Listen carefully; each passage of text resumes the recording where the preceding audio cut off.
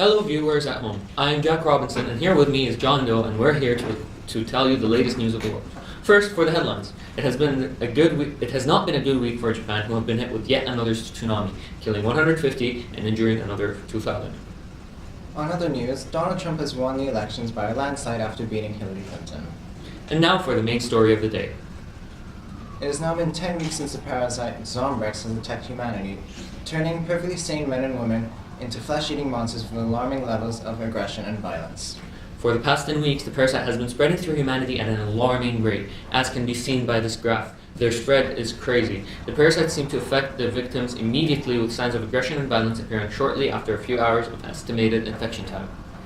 As of now, around 60,000 people are estimated to be infected, with the disease with this number growing at an exponential rate as 3 per week, meaning that every time a week passes, 3 more zombies appear.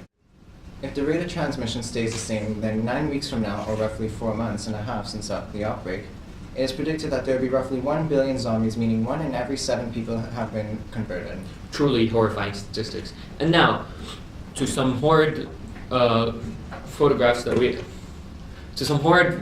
that has been taken by our fellow cameraman team of these zombies, and then on to an interview with 2 of the country's most promising scientists as they tell us what they've been doing in order to help with the epidemic.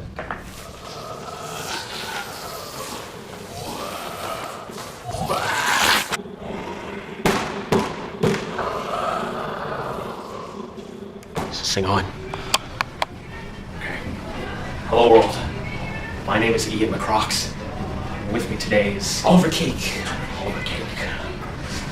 We're here to explain to you a new virus that we've discovered, known as ZOMBREX. Or we call it ZOMBREX. This pathogen, it's been hitting everyone. It's a very dangerous type of parasite. As soon as it enters the body, ZOMBREX hijacks the body's nervous system and uses it as an energy source. This parasite then immediately moves through the nervous system until reaching the brain. This process can take from 2 to 3 hours to 2 to 3 days, depending on where in the body the parasite was first found. Once in the brain, the parasite immediately hijacks human functionality. It begins feeding off parts of the brain responsible for basic motor and mental reasoning. At the same time, stimulating the parts of the brain responsible for rage, violence, and desire for flesh. We believe this infection started from rats. They were the vectors. This parasite, ZOMBREX. They somehow passed security of dogs and cats, entered into our livestock. We being humans eating that livestock, that infection, it's inside of us. If you ask me, I'm about as damn scared as you are.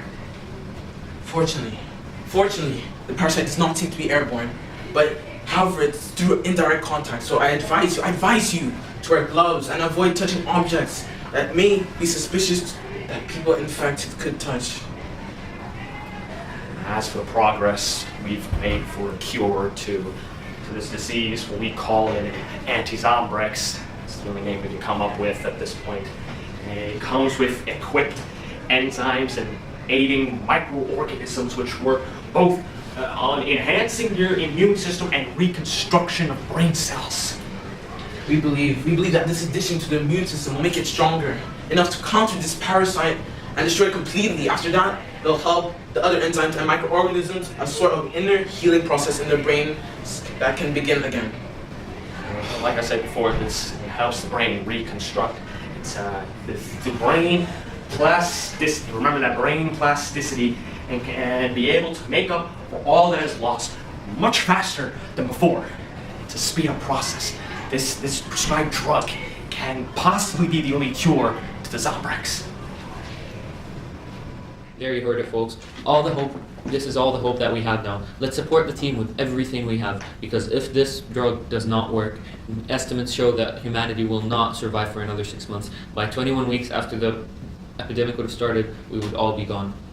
However the results, it is clear that losses left by this catastrophe will be miserable and devastating. But all we can do now is sit and hope that the science team pulls together yet another miracle for humanity. I'm Jack Robinson. And I'm John Doe. We'll be back after the break.